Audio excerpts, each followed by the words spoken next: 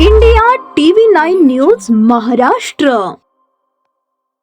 महानगरपालिका निवडणुकीच्या पार्श्वभूमीवर सोलापूर शहरात निर्भय व शांत वातावरण राखण्यासाठी पोलीस आयुक्त एम राजकुमार यांनी सराईत गुन्हेगारांविरोधात धडाकेबाज कारवाई सुरू केली आहे. गुन्हेगारी कृत्यांमुळे नागरिकांमध्ये दहशत निर्माण होऊन सार्वजनिक सुव्यवस्थेला धोका निर्माण झाला होता. या पार्श्वभूमीवर मागील 2 दिवसात 3 सराईत गुन्हेगारांवर MPDA अंतर्गत स्थानबद्धतेची कारवाई करण्यात आली आहे.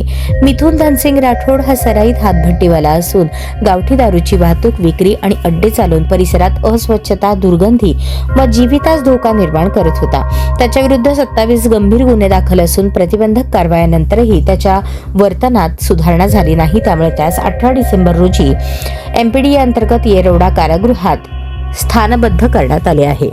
सलमान गुड्डूभाई पटेल व अशरफ अली उर्फ टिपू मुन्नान उर्फ मुनाफ बागवान हे दोघेही घातक शस्त्रांसह दहशत निर्माण करणे, खंडणी, जबरी चोरी, खुनाचा प्रयत्न यांसारख्या गुन्ह्यांमध्ये सहभागी होते. त्यांच्याविरुद्ध अनुक्रमे 9 आणि 7 गंभीर गुन्हे दाखल असून पूर्वीच्या प्रतिबंधक कारवायांनंतरही गुन्हेगारी सुरूच होती. त्यामुळे दोघांनाही 19 डिसेंबर रोजी MPDA अंतर्गत स्थानबद्ध करण्यात आले. ही कारवाई वरिष्ठ पोलीस अधिकाऱ्यांच्या मार्गदर्शनाखाली विविध पोलीस पथकांनी संयुक्तरित्या केली. पोलीस आयुक्त एम राजकुमार यांनी पदभार स्वीकारल्यानंतर आतापर्यंत एकूण 50 सराईत गुन्हेगारांवर MPDA अंतर्गत स्थानबद्धतेची कारवाई करण्यात आली असून निवडणूक काळात कायदा सुव्यवस्था अबाधित ठेवण्याचा ठाम संदेश देण्यात आला आहे.